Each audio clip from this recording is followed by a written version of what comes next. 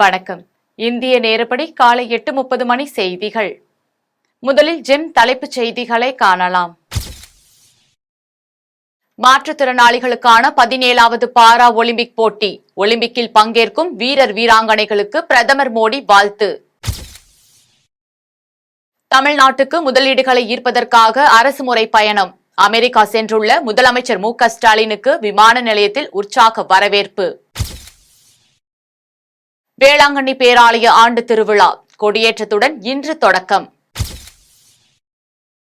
அதிக உறுப்பினர்களை சேர்க்கும் மாவட்ட செயலாளர்களுக்கு பரிசு. மாநாட்டில் வழங்குகிறார் தவேக தலைவர் விஜய். பராமரிப்பு பணிகள் காரணமாக சென்னை கடற்கரை தாம்பரம் மின்சார ரயில்கள் இரவு நேரங்களில் ரத்து. தெற்கு ரயில்வே அறிவிப்பு. குஜராத்தில் தொடரும் கனமழை. பலி எண்ணிக்கை 29ஆக உயர்வு. நைஜீரியாவில் கனமழை வெள்ளம். 49 பேர் பலி. வங்கக்கடலில் இன்று உருவாகிறது குறைந்த காற்றழுத்த தாழ்வு பகுதி. இந்திய வானிலை ஆய்வு மையம் தகவல். இனி விரிவான செய்திகளை காணலாம். பாரா ஒலிம்பிக்கில் பங்கேற்கும் வீரர்களுக்கு பிரதமர் மோடி வாழ்த்து தெரிவித்துள்ளார். மாற்றுத்திறனாளிகளுக்கான 17வது பாரா ஒலிம்பிக் போட்டி பாரிஸில் கோலாகலமாக தொடங்கியது. தொடக்க விழாவில் கண்கவர் கலை நிகழ்ச்சிகள், நடனம், சாகசங்கள், வீரர் வீராங்கனைகளின் அணிவகுப்பு இடம்பெற்றன.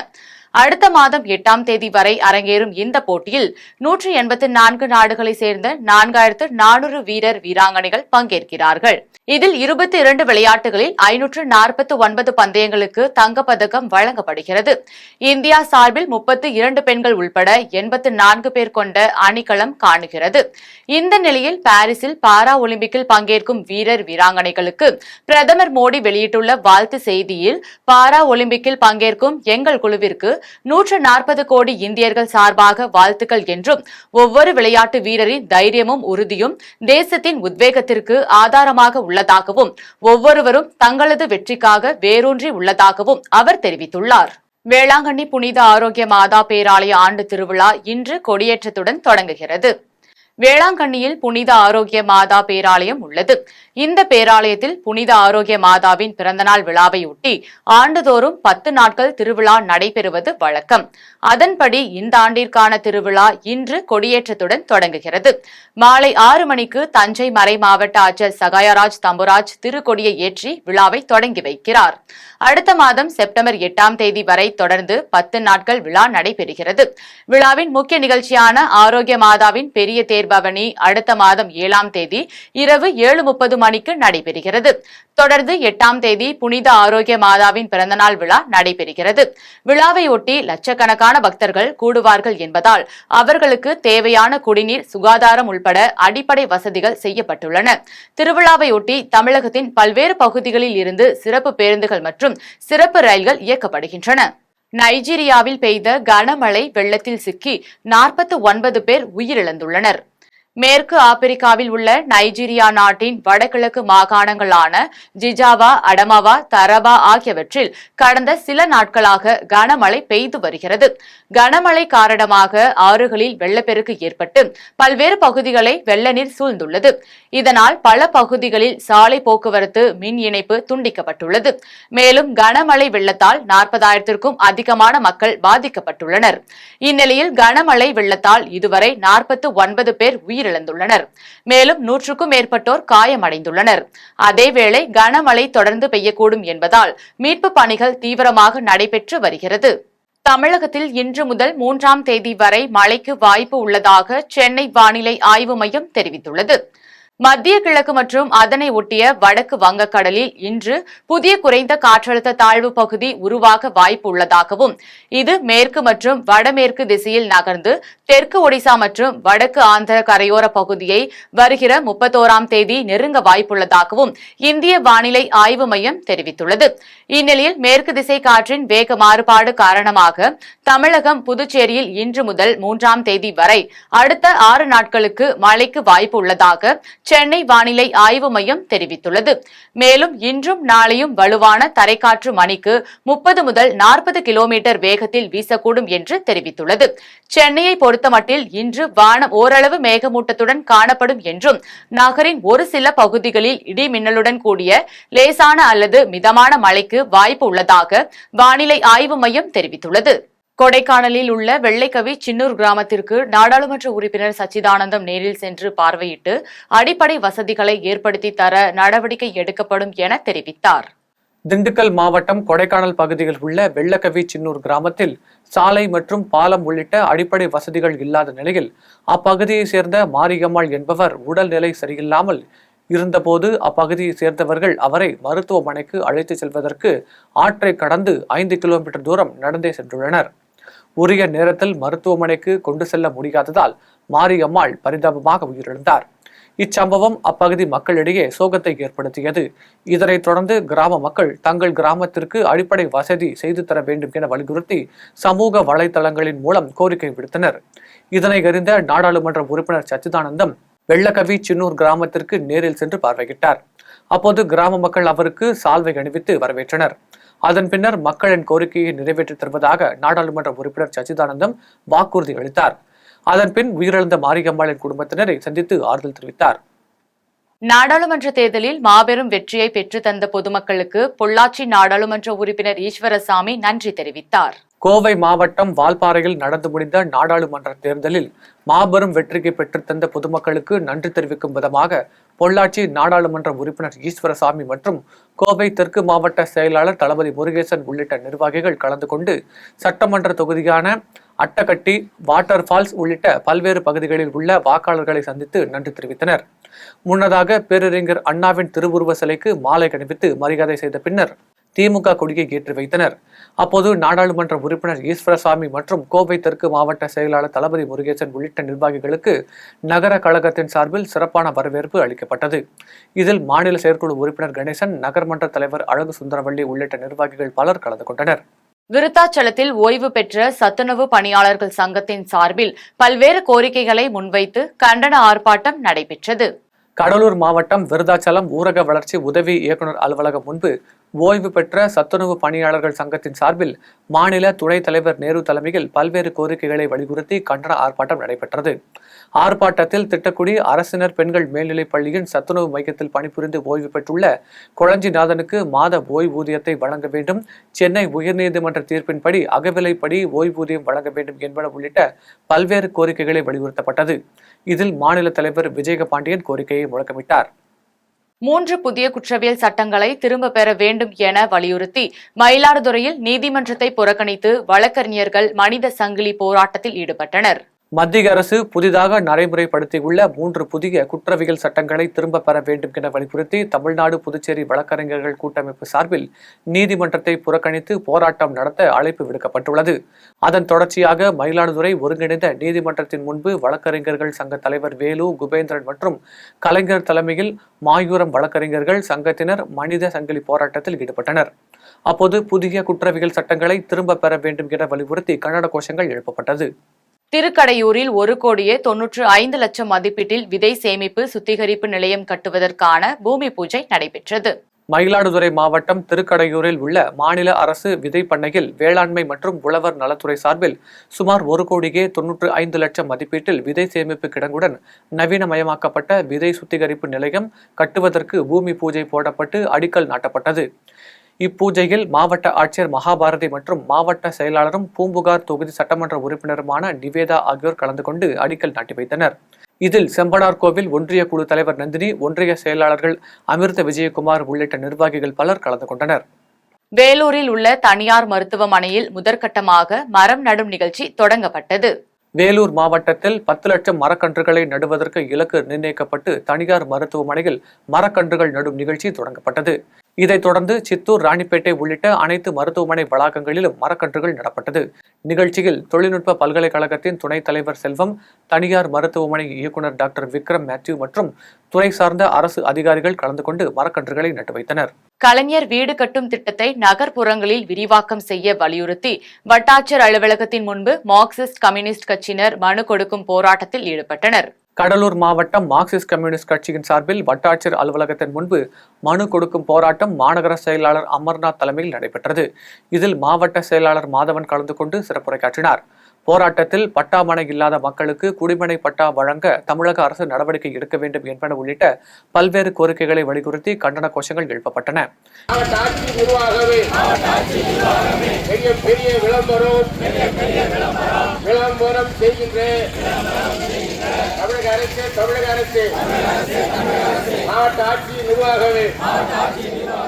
இதில் 50க்கும் மேற்பட்ட கம்யூனிஸ்ட் கட்சி நிர்வாகிகள் கலந்து கொண்டனர். கோவையில் பாஜக நிர்வாகியை 3 பேர் அரிவாளால் சரமாரியாக தாக்கியது குறித்து காவல்துறையினர் விசாரணை நடத்தினர். கோவை மாவட்டத்தில் பாரதிய ஜனதா கட்சியின் மண்டல இளைஞரணி செயலாளர் சதீஷ்குமார் என்பவருக்கும் இந்து மக்கள் கட்சியின் முன்னாள் நிர்வாகியுமான எரிகீட்டி வேலு என்பவரின் மகன்களுக்கும் இடையே கடந்த வாரத்திற்கு முன்பு பிரச்சனை ஏற்பட்டதில் ஒருவரை ஒருவர் தாக்கிக் கொண்டதாக கூறப்படுகிறது. இந்நிலையில் ஆர்எஸ்புரம் லைட் ஹவுஸ் பகுதியில் உள்ள அவரின் அலுவலகத்திற்கு 3 பேர் சென்று சதீஷ்குமாரை சரமாரியாக வெட்டிவிட்டு தப்பிச் சென்றனர். சத்தம் கேட்டு வந்த அக்கம் பக்கத்தினர் இரத்த வெள்ளத்தில் உயிருக்கு போராடிய சதீஷ்குமாரை மீட்டு தனியார் மருத்துவமனைக்கு அனுப்பி வைத்தனர். இது குறித்து தகவல் அறிந்து வந்த காவல்துறையினர் வழக்கு பதிவு செய்து சந்தேகத்துக்கிடமான எரிகீட்டு வேலுவை காவல் நிலையம் அழைத்துச் சென்று 2 மகன்கள் குறித்து விசாரணை மேற்கொண்டனர். வாலாஜாபேட்டை அருகே குடியிருப்பு பகுதிக்குள் நுழைந்த அரிய வகை பாம்பை வனத்துறை அதிகாரிகள் மீட்டு வனப்பகுதிக்குள் பாதுகாப்பாக விட்டனர்.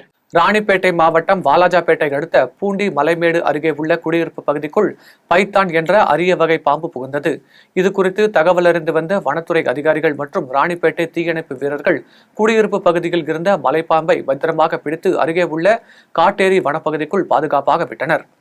வேலூரில் நடைபெற்ற மழைநீர் சேகரிப்பு விழிப்புணர்வு பேரணியை வருவாய் கோட்டாட்சியர் கொடியசைத்து துவக்கி வைத்தார். தமிழகத்தில் வரவிருக்கும் வடகிழக்கு பருவமழையை கருத்தில் கொண்டு மழைநீர் சேகரிப்பு குறித்து விழிப்புணர்வு பேரணி வேலூரில் நடைபெற்றது. வேலூர் கோட்டை அருகே உள்ள காந்தி சிலையில் இருந்து துவங்கிய பேரணியில் தனியார் பள்ளி மாணவர்கள் பங்கேற்றனர். பேரணியை வருவாய் கோட்டாட்சியர் கவிதா கொடியசைத்து துவக்கி வைத்தார். அதன் பின்னர் மாணவர்களுக்கு கள பரிசோதனை பெட்டி மூலம் குடிநீர் தர பரிசோதனை விளக்கம் அளிக்கப்பட்டது. மேலும் மழைநீர் சேகரிப்பு கட்டமைப்பு குறித்து விளக்க நோட்டீஸ்களும் பொதுமக்களுக்கு விநியோகம் செய்யப்பட்டது. நிகழ்ச்சியில் தமிழ்நாடு குடிநீர் வடிகால் வாரிய நிர்வாக பொறியாளர் நித்யானந்தன், உதவி நிர்வாக பொறியாளர் குமரவேல், உதவி பொறியாளர் ஜெகப்பிரியா உள்ளிட்டோர் கலந்து கொண்டனர். தூத்துக்குடியில் நடைபெற்ற மக்கள் குறைதீர்க்கும் முகாமில் பொதுமக்கள் அளித்த மனுக்களுக்கு உடனடி தீர்வு காணப்பட்டது. தூத்துக்குடி மாநகராட்சி சார்பில் தெற்கு மண்டல அலுவலகத்தில் மக்கள் குறை தீர்க்கும் முகாம் நடைபெற்றது. மாநகராட்சி ஆணையர் மதுபாலன் தலைமையில் நடைபெற்ற கூட்டத்தில் மேயர் ஜெகன் பெரியசாமி கலந்து கொண்டு பொதுமக்களிடம் கோரிக்கை மனுக்களை பெற்றார். இதில் தெற்கு மண்டலத்திற்கு உட்பட்ட 15 வார்டுகளை சேர்ந்த மக்கள் அளித்த மனுக்களை 15 நிமிடத்தில் பிறப்பு சான்றிதழ், சொத்து வரி, பெயர் மாற்றம், குடிநீர் இணைப்பு ஆகியவற்றுக்கான ஆணைகளை மேயர் ஜெகன் பெரியசாமி உடனடியாக வழங்கினார். அதன் பின்னர் செய்தியாளர்களிடம் பேசிய அவர், தூத்துக்குடி மாநகராட்சியில் மட்டும் சுமார் 2000 சாலைகள் புதிதாக போடப்பட்டுள்ளது என்றும் வரும் மழைக்காலத்தை எதிர்கொள்ளும் வகையில் புதிதாக மழைநீர் வடிகால்வாய் அமைக்கப்பட்டுள்ளது என்றும் மேயர் ஜெகன் பெரியசாமி தெரிவித்தார். மாநகராட்சி சம்பந்தமான எல்லா பணிகளும் உடனே தீர்வு செய்யப்படும். இது போக ஏற்கனவே ப்ரியாரிட்டி படி ரோடு போட்டோம். அதாவது ஸ்கூலு நிறைய குடியிருப்பு பகுதிகள் நிறையா இருக்கிறது. ஸ்கூலுக்கு போகிறது, ஏரியா விட்டு ஏரியா போகிற ரோடெல்லாம் முதல்ல கம்ப்ளீட் பண்ணியாச்சு. 2000க்கும் மேற்பட்ட சாலை போட்டிருக்கு. இப்போ பொதுமக்கள் கோரிக்கை அடிப்படையில் படி ப்ரியாரிட்டி படி நம்ம ஸ்கீம் வர அந்த ரோடு போடணும் முடிவு எடுத்திருக்கோம். இது போக தெருவிளக்கோ புதியதாக உருவாகிற பகுதியில் பார்க் வேணும்னு கேட்டிருக்காங்க, அந்த பகுதியும் செஞ்சு கொடுக்கும். வருங்காலில் மழைநீர் கட்டக்கூடாது. இது இப்போ நம்ம இருக்கிற பகுதி வந்து தெற்கு மண்டலம், மாநகராட்சிக்குள்ளே தெற்கு மண்டலம் பகுதி. இதில் தான் அந்த கோரம்பலம் உங்களுக்கு தெரியும், 32 கிலோமீட்டர். அதாவது கயத்தாரில் மழை பெஞ்சாலே நேராக வந்து கோரம்பலம் டேங்க் ஃபுல்லாக நிறைஞ்சு அது வழியாக கடலுக்கு போகும். 300 மீட்டர் அகலம் உள்ள ஓடை, அதுவும் சுத்தம் பண்ணி அதை கடலுக்கு போகிறதுக்கு கிளியர் பண்ணி வேலை நடந்துகிட்டு இருக்குது. இதே மாதிரி வெள்ளத்துக்கு என்ன முன்னெச்சரிக்கை நடவடிக்கை உண்டோ எல்லாம் எடுத்துகிட்டு இருக்கோம். போன ஆட்டம் பெஞ்ச தாழ்வான பகுதி எதாக இருந்தாலும் ஐடென்டிஃபிகேஷன் பண்ணி அது வடிகால் வழியாக போகணும்னா அதை அதை எர்த்திங் ட்ரெயினோ ஓப்பன் ட்ரெயினோ அந்த பணியை வந்து சிறப்பாக செய்து மாநகராட்சி ஆணையர் உள்ளிட்ட அதிகாரி உள்ளிட்ட நம்ம மாமன்ற உறுப்பினராக இருக்கட்டும், துணை மேயர் உள்ளிட்ட அனைவரும் இருந்து வேலை நடந்து கொண்டிருக்கு. விருத்தாச்சலம் அருகே வேளாங்கண்ணியை நோக்கி சென்ற வேன் மீது எதிரே வந்த கார் மோதிய விபத்தில் 10க்கும் மேற்பட்டோர் காயமடைந்தனர். வேளாங்கண்ணி திருவிழாவில் பங்கேற்பதற்காக விழுப்புரம் மாவட்டம் உருவன்குப்பம் கிராமத்தை சேர்ந்த பொதுமக்கள் வேனில் வேளாங்கண்ணியை நோக்கி சென்று கொண்டிருந்தனர். அப்போது விருத்தாச்சலம் அடுத்த கார்குடன் தேசிய நெடுஞ்சாலையில் எதிரே வந்த கார் வேனின் மீது நேருக்கு நேர் மோதியது. இதில் கட்டுப்பாட்டை இழந்த வேன் சாலையில் அருகில் உள்ள வயல்வெளியில் கவிழ்ந்து விபத்துக்குள்ளானது. இதில் வேனில் பயணித்த பொதுமக்கள் அதிர்ஷ்டவசமாக உயிர் தப்பினர். காயமடைந்த 10க்கும் மேற்பட்டோர் விருதாச்சலம் அரசு மருத்துவமனையில் சிகிச்சை பெற்று வருகின்றனர். இதுகுறித்து விருதாச்சலம் காவல்துறையினர் விசாரணை மேற்கொண்டு வருகின்றனர். திருப்பூரில் 3 புதிய குற்றவியல் சட்டங்களுக்கு எதிர்ப்பு தெரிவித்து வழக்கறிஞர்கள் நீதிமன்ற பணிகளை புறக்கணித்து மனித சங்கிலி போராட்டத்தில் ஈடுபட்டனர். மத்திய அரசு அமல்படுத்திய 3 குற்றவியல் சட்டங்களுக்கு எதிர்ப்பு தெரிவித்து நாடு முழுவதும் வழக்கறிஞர்கள் நீதிமன்ற பணிகளை புறக்கணித்து போராட்டங்களில் ஈடுபட்டு வருகின்றனர். அதன் ஒரு பகுதியாக திருப்பூர் அட்வொகேட் அசோசியேஷன் மாவட்ட தலைவர் பூபேஷ் தலைமையில் வழக்கறிஞர்கள் நீதிமன்ற பணிகளை புறக்கணித்து நீதிமன்றம் முன்பு மனித சங்கிலி போராட்டத்தில் ஈடுபட்டனர். மேலும் மத்திய அரசு இந்த புதிய சட்டங்களை திரும்பப் பெறும் வரையில் தங்களது போராட்டம் தொடரும் என கண்டன முழக்கங்களை எழுப்பினர்.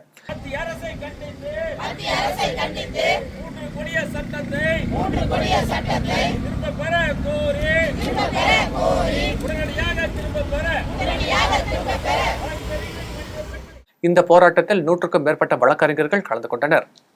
உயர்த்தப்பட்ட மின் கட்டணத்தை கண்டித்து புதுச்சேரி மின்துறை தலைமை அலுவலகத்தை முற்றுகையிட்டு அதிமுகவினர் போராட்டத்தில் ஈடுபட்டனர்.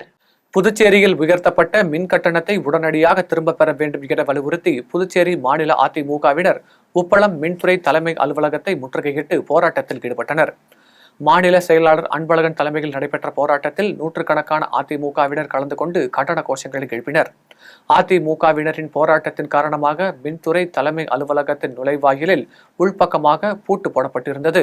போராட்டம் குறித்து செய்தியாளர்களுக்கு பேட்டி அளித்த அன்பழகன், மக்களை இந்த மின்கட்டண உயர்வு என்கின்ற பெயரில் அப்பாவி மக்களை ஈரத்துணி கொண்டு கழுத்தில் ஒரே இருக்கிறதுக்கு சமமான ஒரு செயலாகும்.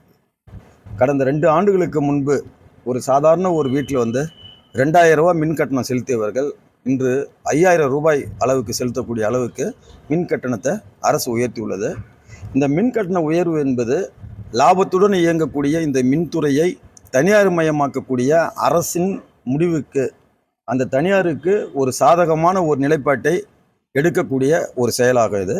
இன்றைக்கு அதிமுக சார்பில் இந்த உயர்த்தப்பட்ட மின் கட்டண உயர்வை ரத்து செய்ய வலியுறுத்தி மின்துறை தலைமை அலுவலகத்துக்கு முன்னால் ஒரு முற்றுகை ஆர்ப்பாட்ட போராட்டத்தை நாங்கள் நடத்தினோம். இருந்தாலும் இந்த போராட்டம் என்பது இதற்கு மேலும் அரசு இந்த உயர்த்தப்பட்ட மின் கட்டணத்தை ரத்து செய்யவில்லை என்றால் தமிழகத்தினுடைய முன்னாள் முதலமைச்சர், கழகத்தினுடைய பொதுச் செயலாளர், புரட்சித் தமிழர், ஆற்றல் மிக்க எதிர்க்கட்சி தலைவர், மரியாதைக்குரிய அண்ணன் எடப்பாடியார் அவர்களுடைய அனுமதியை பெற்று மாநிலம் தழுவிய அளவில் மக்களுடைய நலனுக்காக அதிமுக தொடர் போராட்டத்தை முன்னெடுத்து நடத்தும் என்பதை இங்கு ஆட்சியாளர்களுக்கு எச்சரிக்கை தெரிவித்துக் கொள்கிறேன். நாகர்கோவிலில் தனியார் பள்ளி மாணவிக்கு பாலியல் தொல்லை கொடுத்த ஆசிரியரை போக்சோ சட்டத்தில் காவல்துறையினர் கைது செய்தனர்.